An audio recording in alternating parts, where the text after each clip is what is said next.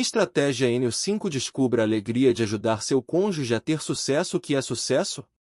Pergunte isso a grupos de pessoas e estará sujeito a ouvir respostas diferentes às dúzias. Um amigo meu disse: sucesso é aproveitar ao máximo quem você é com o que você tem. Gosto dessa definição. Toda pessoa tem o potencial de causar um impacto positivo no mundo. Tudo depende do que fazemos com o que temos. Não se mede o sucesso pela soma de dinheiro em nosso bolso ou pela posição que conquistamos, mas pela modo como usamos nossos recursos e oportunidades. Posição e dinheiro podem ser utilizados para ajudar os outros, do contrário, podem ser desperdiçados ou mal usados. Pessoas verdadeiramente bem-sucedidas são aquelas que ajudam os outros a ter sucesso. O mesmo acontece no casamento. Uma mulher bem-sucedida é a que investe tempo e energia ajudando o marido a atingir seu potencial dado por Deus e para fazer o bem no mundo. Do mesmo modo, um marido bem-sucedido é o que ajuda a esposa a ter sucesso. Diz um antigo provérbio: não se pode ajudar um homem a subir uma montanha sem se chegar ao topo. Concordo com meu amigo Harold Sala, que disse: com a possível exceção dos pais que dão direção a um filho nos primeiros anos de vida, nenhuma pessoa solteira contribui para o sucesso de um homem mais do que sua esposa. Também poderia-se dizer que o marido contribui muito para o sucesso, ou fracasso, da esposa.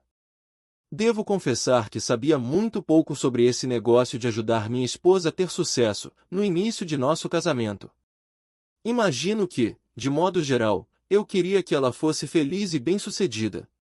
Mas o foco principal de minha atenção estava no que ela poderia fazer para mim. Quando ela não correspondia às minhas expectativas, eu tentava motivá-la pela manipulação. Meu discurso era: eu a trataria melhor se você me tratasse melhor. Levei vários anos para descobrir a alegria de ajudar Caroline a ter sucesso, mas ao fazer isso nosso casamento saiu do inverno e foi para a primavera em questão de poucas semanas. Então, por onde começar? No meu caso, tudo começou com um novo exame da vida e dos ensinos de Jesus Cristo.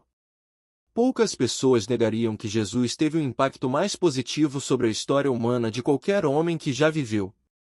Contudo, a abordagem de Jesus não consistiu em manipulação nem serviu aos próprios interesses dele.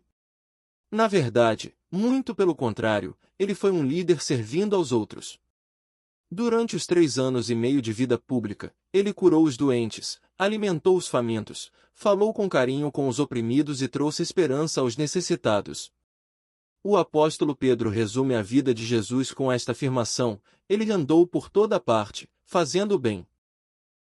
Talvez o maior ato de Jesus, além da sua morte sacrificial em nosso lugar, tenha sido o ato de pegar uma bacia de água e uma toalha para cumprir a humilde tarefa de lavar os pés dos seus discípulos. Com aquele gesto simples, mas profundo, fazer o que precisava ser feito, mas que ninguém mais queria fazer, Jesus demonstrou humildade, amor e verdadeira liderança. Marido, você está disposto a se humilhar a tal ponto para servir a sua esposa? Esposa, você está disposta a servir a seu marido desta forma? Jesus eliminou todas as dúvidas sobre suas intenções quando disse: ora, se eu, sendo o Senhor e o Mestre, vos lavei os pés, também vós deveis lavar os pés uns dos outros.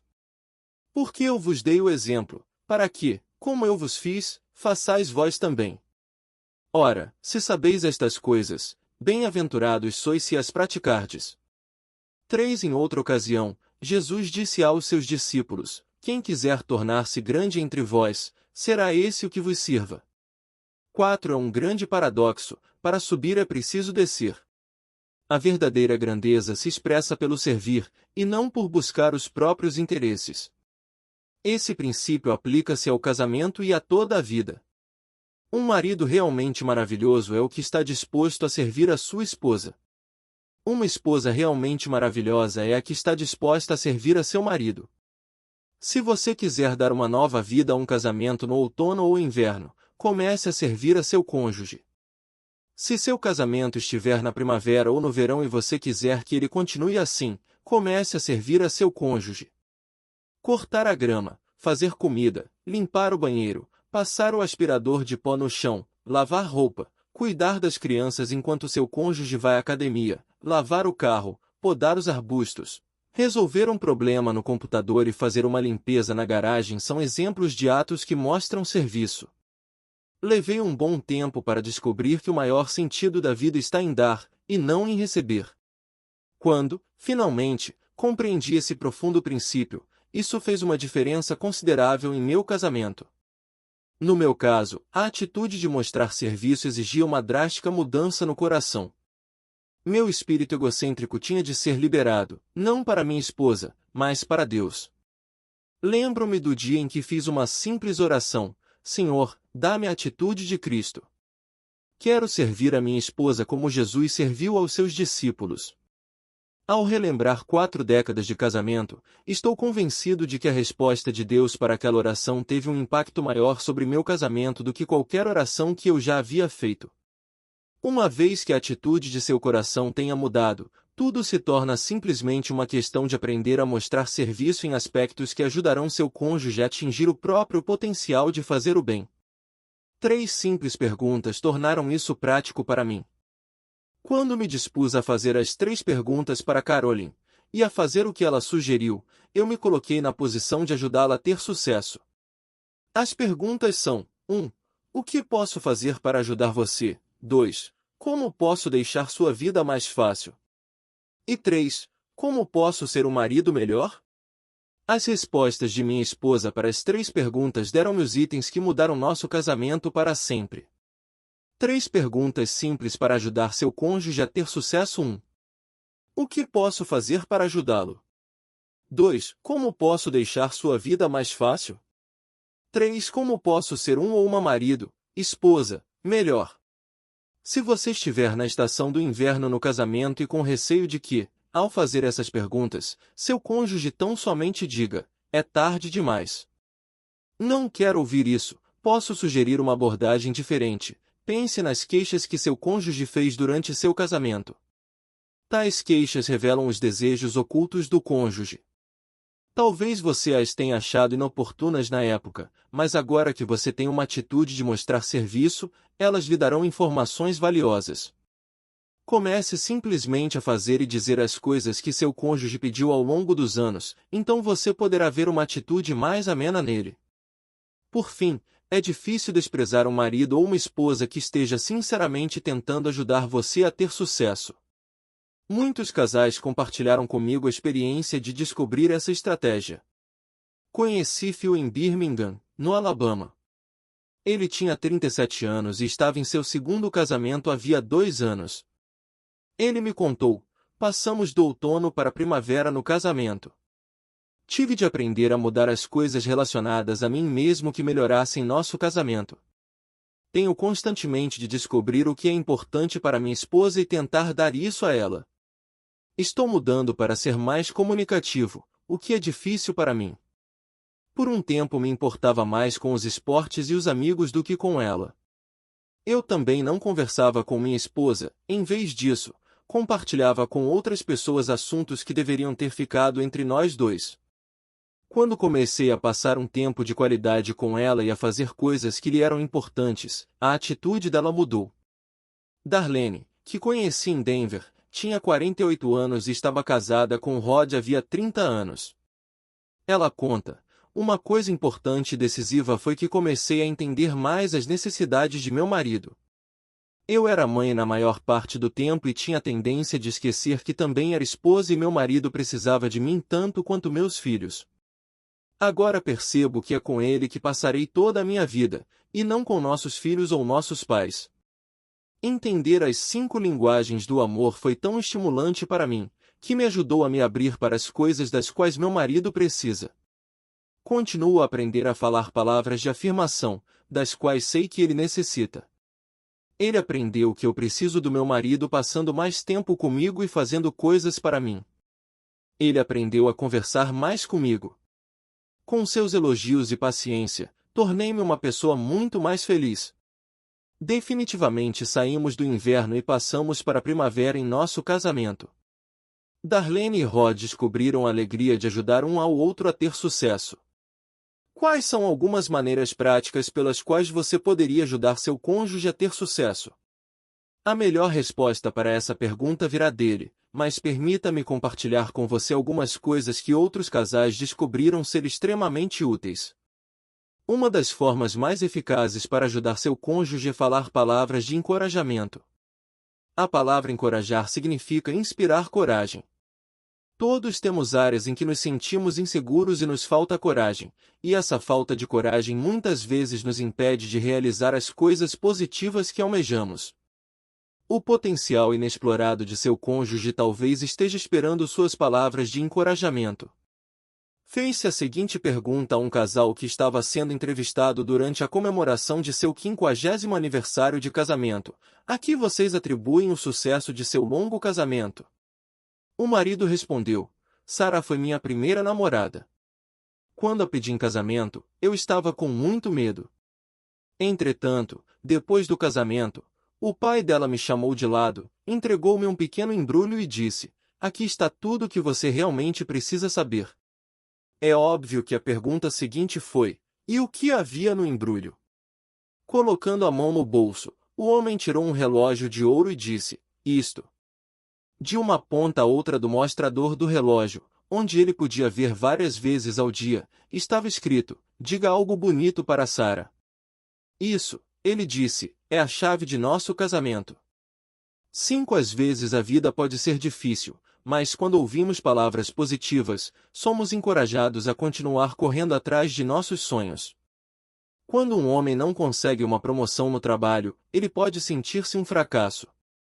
Mas quando sua esposa diz: você ainda é o melhor para mim, ele ganha coragem para superar a frustração e perseverar. Eu estava ministrando em uma igreja em Spokane, em Washington, quando ouvi Julia cantar pela primeira vez. Depois do culto, eu a cumprimentei pelo primor de seu canto. Devo isso a meu marido, ela disse. Como assim? Perguntei. Há 6 anos expressei meu desejo de fazer aula de canto. Era algo que eu sempre quis fazer. Estávamos casados havia 4 anos e tínhamos 2 filhos na pré-escola. Quando compartilhei a ideia com meu marido, ele disse: vá fazer. Será um prazer ficar com as crianças. Você tem uma voz tão linda, precisa desenvolver o talento que Deus lhe deu. Que marido bom você tem, eu disse. Ele é o melhor, Julia respondeu. Talvez seu cônjuge tenha um potencial inexplorado em uma ou mais áreas da vida. Quem sabe esse potencial esteja esperando palavras suas de incentivo. Talvez sua esposa precise se matricular em um curso para desenvolver o potencial que ela tem. Talvez seu marido precise conhecer algumas pessoas que tiveram sucesso na área de interesse dele que possam lhe dar uma visão sobre o próximo passo a ser tomado. Suas palavras podem dar a coragem necessária para esse primeiro passo. A maioria de nós tem mais potencial do que aquele que desenvolveremos. Muitas vezes, o que nos impede é a falta de coragem. Um cônjuge amoroso pode ser esse importante catalisador. O marido de Julia não somente lhe deu palavras de incentivo, mas também agiu de modo que a apoiasse, o que é uma segunda forma de ajudar seu cônjuge a alcançar êxito. Ele não apenas se dispôs a cuidar das crianças uma vez por semana enquanto Julia fazia aulas de canto, como também concordou em usar os recursos financeiros da família para ajudá-la a realizar o sonho da esposa. Uma das queixas mais comuns de maridos e esposas que chegam ao meu consultório de aconselhamento é esta: meu cônjuge não me apoia. Eles às vezes acrescentam: acho que ela está contra mim, e não a meu favor. Agora tenho de admitir que algumas vezes essa falta de apoio é outra forma de dizer: meu cônjuge não concorda com todas as minhas ideias malucas. Existem pessoas sonhadoras que, no entanto, nunca trazem seus sonhos para a realidade. Elas se aventuram em um negócio e perdem uma quantia razoável de dinheiro, depois não conseguem entender por que o cônjuge não está preparado para embarcar na próxima aventura ao lado delas. Todavia, há formas de dar apoio mesmo que seu cônjuge seja um sonhador fora da realidade. Não estou sugerindo que você deva apoiar cegamente seu cônjuge em uma empreitada que, em sua opinião, está fadada ao fracasso. Entretanto, você pode dizer algo do tipo: mais que qualquer coisa, quero ver você ter sucesso na vida. Estou animado por ver que você tem sonhos. Ao mesmo tempo, não quero ver você fracassar novamente. Portanto, vou lhe dar muito apoio nesta ideia, mas quero que você converse com o banco ou com alguém que possa lhe dar boas informações sobre esta iniciativa antes de você entrar nela. Sei que se continuar a investir em negócios que não dão certo, no final você desanimará. Não quero que isso aconteça. Desejo que você tenha sucesso, por isso vamos de antemão nos munir de todo o conhecimento possível. Depois tomamos juntos a decisão de investir ou não.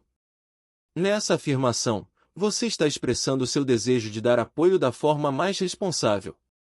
Muitas ações que visam a dar suporte revelam a diferença entre sucesso e fracasso. Quando sua esposa expressar um desejo de participar de um programa para redução de peso, não diga o que certo marido disse: não temos condições para isso. Por que você não para de comer?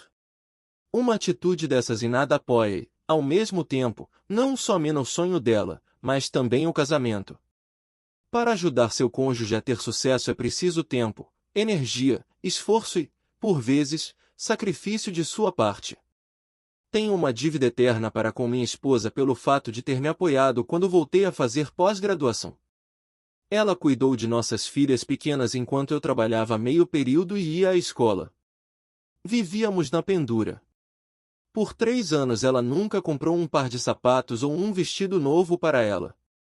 Os sacrifícios dela permitiram que eu concluísse a pós-graduação. Gosto de pensar que todo o sucesso que tenho experimentado lhe dá muita satisfação, sabendo que ela é, em grande parte, responsável por meus êxitos. Aliás, ela agora tem muitos sapatos e vestidos. Que desejos seu cônjuge tem expressado?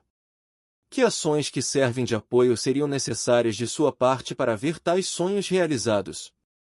Por que não expressar a disposição em ajudar seu cônjuge, com incentivo e com ações que mostrem apoio? Poucas coisas dão maior alegria do que ver seu cônjuge alcançar o potencial dado por Deus e para fazer o bem. 4 maneiras práticas para ajudar seu cônjuge a ter sucesso. 1. Dê palavras de incentivo.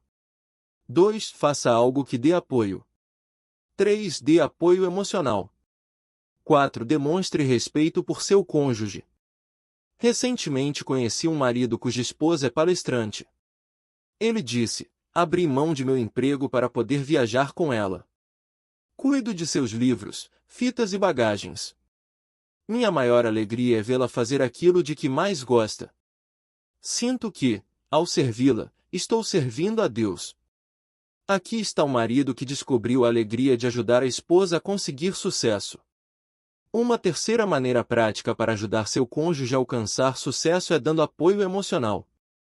As emoções, positivas e negativas, são dádivas de Deus. Como a vida seria triste se não fossemos capazes de sentir? Tente imaginar-se assistindo a um pôr do sol, um jogo de futebol, ou contemplando o oceano sem nenhuma emoção. Seríamos menos que humanos se não tivéssemos sentimentos. Fomos criados à imagem de Deus, e parte do que isso significa é que somos criaturas emotivas. Ao contrário dos pensamentos, os quais perfeitamente podemos controlar, as emoções estão longe de ser controladas. Os sentimentos são reações espontâneas, internas e pessoais ao que se passa em nosso redor ou ao que nos aconteceu no passado. Os sentimentos são tão comuns como nossa respiração, mas muitas pessoas falam de sentimentos como se fossem inimigos. Às vezes ouvimos pessoas dizer coisas do tipo: minhas emoções estão para me destruir. Por que fazemos oposição às nossas emoções? Uma razão para isso é que já vimos tantas outras pessoas seguir suas emoções e depois colher destruição. Elas fizeram o que tiveram vontade de fazer, e todos à sua volta sofreram. Outra razão para não confiarmos em nossos sentimentos é que sabemos que eles mudam. Eles tanto nos põem para cima quanto nos põem para baixo. Nossos altos não duram, e nossos baixos parecem durar uma eternidade. Concluímos que as emoções não são confiáveis e, portanto, acreditamos que devemos viver sem depender delas se quisermos obter sucesso.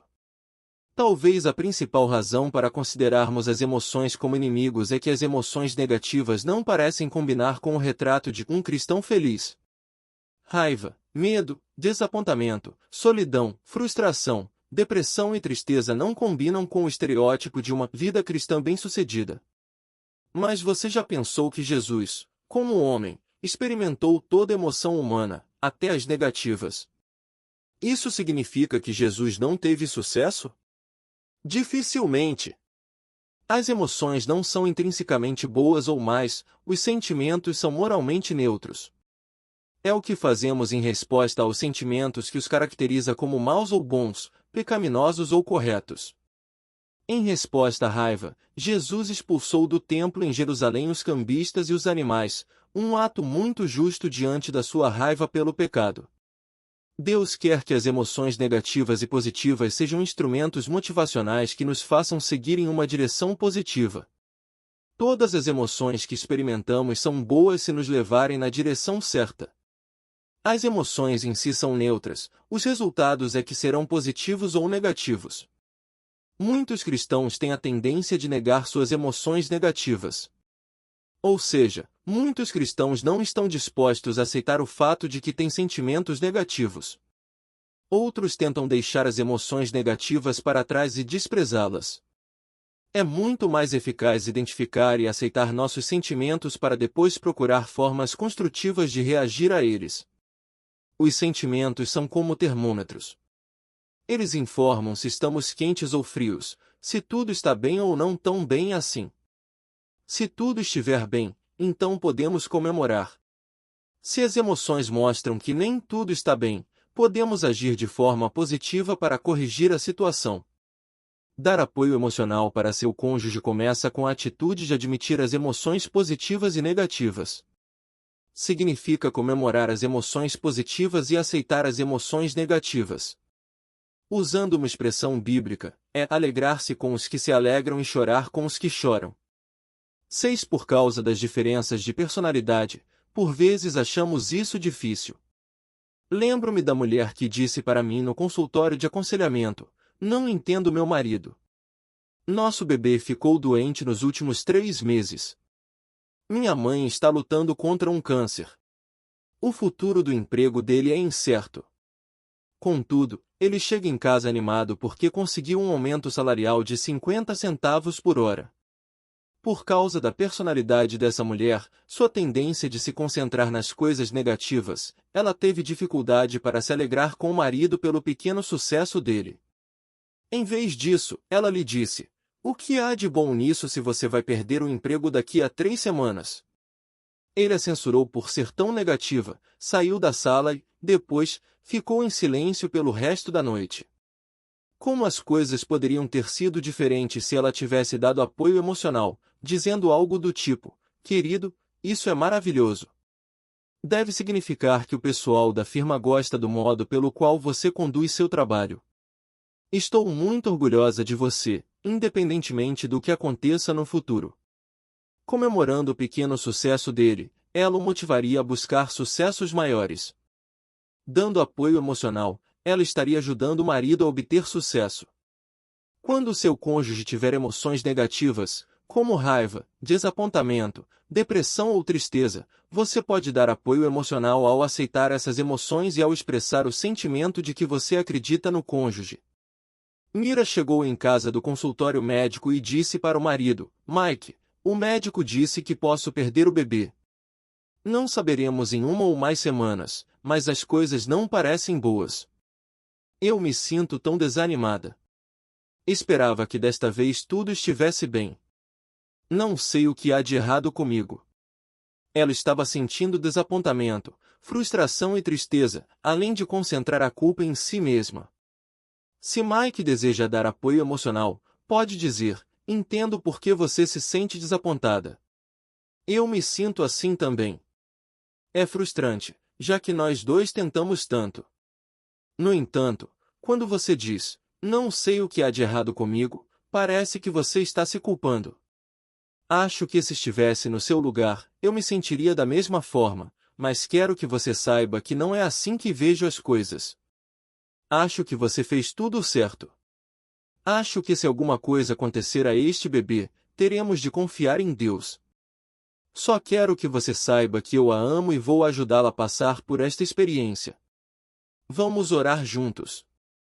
Mike está dando apoio emocional para Mira. Ele está deixando que ela tenha sentimentos de desapontamento e tristeza. Ele está aceitando os sentimentos dela com as palavras: se estivesse no seu lugar, eu me sentirá da mesma forma. Todavia, ele está sendo honesto com relação à própria perspectiva e está assegurando à esposa que lhe dará apoio, não importa o que aconteça. Esse é o tipo de apoio emocional que muitas vezes faz a diferença entre sucesso e fracasso. Uma quarta forma de estimular o sucesso de seu cônjuge é expressando por ele respeito. Uma vez que nós fomos criados à imagem de Deus, somos criaturas de grande valor, homens e mulheres. Algo lá em nosso íntimo afirma que somos criaturas de respeito e dignidade, que a marca de Deus está em nós. Por conta disso, palavras e condutas degradantes fazem com que nos sintamos violados. Quando palavras e ações afirmam nosso valor inerente, nós nos sentimos respeitados. O respeito começa com uma atitude: reconheço que você é uma criatura de extremo valor. Deus dotou-o com certas habilidades, percepções e dons espirituais. Portanto, respeito você como pessoa. Não degradarei seu valor fazendo observações críticas sobre seu intelecto, sua opinião ou sua lógica. Procurarei entendê-lo e dar a você a liberdade de pensar diferente do meu modo de pensar e experimentar emoções que talvez eu não tenha. Uma atitude de respeito abre o caminho para que você mostre respeito por seu cônjuge. Ter respeito não quer dizer que você concorda com tudo, mas significa que dá ao seu cônjuge a liberdade para ser um indivíduo. Duas pessoas não são iguais na maneira de pensar e sentir. O respeito diz: é uma forma interessante de ver a questão, e não: isso é a coisa mais idiota que já ouvi. Muitas vezes me surpreendo com o modo desumano pelo qual muitos cônjuges tratam um ao outro. Lembro-me de um homem que disse para a esposa: não posso acreditar que você, sendo uma pessoa com um nível superior, pense de forma tão ilógica. Afirmações degradantes como essas criam animosidade, e não respeito. Permitir que seu cônjuge seja a pessoa que Deus o criou para ser é o primeiro passo para expressar respeito. Tentar discutir para levar o cônjuge a concordar com seus próprios pontos de vista mostra desrespeito. Mostrar respeito é procurar os dons que Deus deu ao seu cônjuge e afirmar e incentivar a singularidade dele. O respeito dá às pessoas a liberdade para serem quem são, pensarem o que pensam e sentirem o que sentem. A esposa não espera que o marido concorde com ela o tempo todo, mas também não espera que ele considere estúpidas as ideias dela. O marido sabe que nem sempre está certo, mas não quer ser chamado de mentiroso. Podemos expressar nossas divergências com respeito. A esposa pode dizer para o marido: querido, não concordo com você, mas sei que existem boas razões para você ver as coisas desta forma. Quando você tiver tempo, eu gostaria de ouvir mais suas considerações sobre isso. O marido pode dizer para sua esposa: desculpe-me por tê-la magoado. É claro que essa não era minha intenção. Podemos conversar. Conheci Jonathan em Tuscaloosa, no Alabama. Ele participou de meu seminário sozinho. Em um dos intervalos, ele me disse: como posso respeitar minha esposa se ela não leva uma vida de respeito? Lisa foi infiel a mim por, no mínimo, 2 vezes, e não sei exatamente o que está se passando agora. Perdi todo o respeito por ela. Jonathan levanta uma questão muito importante. Nem todos levam uma vida que merece respeito, contudo, ainda assim, podemos respeitar o valor inerente da pessoa. Embora não pudesse respeitar o estilo de vida pecaminoso de Lisa, ele ainda podia respeitá-la, não pelo que ela fazia, mas por quem ela é independentemente do comportamento dela. Lisa foi criada à imagem de Deus, e por isso, é extremamente preciosa. Devemos reconhecer que Deus deu às suas criaturas a liberdade de escolha. Mesmo quando as pessoas fazem escolhas infelizes, isso não diminui o valor delas como seres humanos. Quando a esposa de Jonathan pecou contra ele, isso entristeceu não só o coração dele, mas também o coração de Deus, e por uma razão simples: Deus e Jonathan amam Lisa, E ambos sabem que o comportamento dela é prejudicial a ela própria e ao relacionamento dos dois com ela. No entanto, se Jonathan humilhá-la, dizendo, "Não posso acreditar que você fez isso. Você não presta. Odeio você", ele não está incentivando a obter sucesso, mas fracasso. Lisa não é uma pessoa que não presta. Ela é criatura de Deus por quem Jesus morreu. Ela tem um grande potencial para fazer o bem e precisa do toque redentor de Deus. Como Jonathan poderia mostrar respeito pela esposa em meio às falhas dela? Ele poderia dizer, "Tenho certeza de que você sabe que seu comportamento está me magoando profundamente. Mas o que realmente me preocupa é que sei que esse comportamento seu, por fim, vai magoá-la, e eu me preocupo com você. Para mim, você é uma pessoa maravilhosa com um grande potencial, e quero ajudá-la a atingir esse potencial. Sei que é você quem deve tomar as próprias decisões. Não estou tentando controlar sua vida, estou apenas dizendo quanto a valorizo e quanto a amo." O respeito de Jonathan pelo valor inerente de Lisa como ser humano pode levá-la a se valorizar, e, finalmente, ela pode voltar para Deus e para Jonathan. Se isso acontecer, ele terá a alegria de lhe perdoar e de cooperar com Deus para ver a vida da esposa redimida. Em seu casamento, ele terá o prazer de ver o gelo e a neve do inverno derreter quando os ventos cálidos da primavera começarem a soprar. Independentemente da estação em que se encontra seu casamento, quando você descobrir a alegria de ajudar o cônjuge a obter sucesso, começará a estabelecer ou restaurar a saúde emocional, o respeito, o apoio e o incentivo em sua vida conjugal. Ver o cônjuge alcançar sucesso é uma das grandes alegrias do casamento. Tenho a convicção de que o casamento está baseado no princípio divino segundo o qual melhor é serem dois do que um. No começo, Deus disse, "Não é bom que o homem esteja só." 7. A resposta de Deus para a solidão de Adão foi a criação de Eva e a instituição do casamento. A intenção de Deus era que os dois se tornassem uma só carne. Isso não significa que, no casamento, perdemos nossa identidade como indivíduos, mas significa que optamos por entregar nossa vida pelo bem do outro. Quando isso acontece, nós dois obtemos sucesso. Juntos, realizamos muito mais coisas do que poderia realizar cada um de nós sozinho. O principal objetivo do casamento não é o sexo ou a felicidade, nem o amor.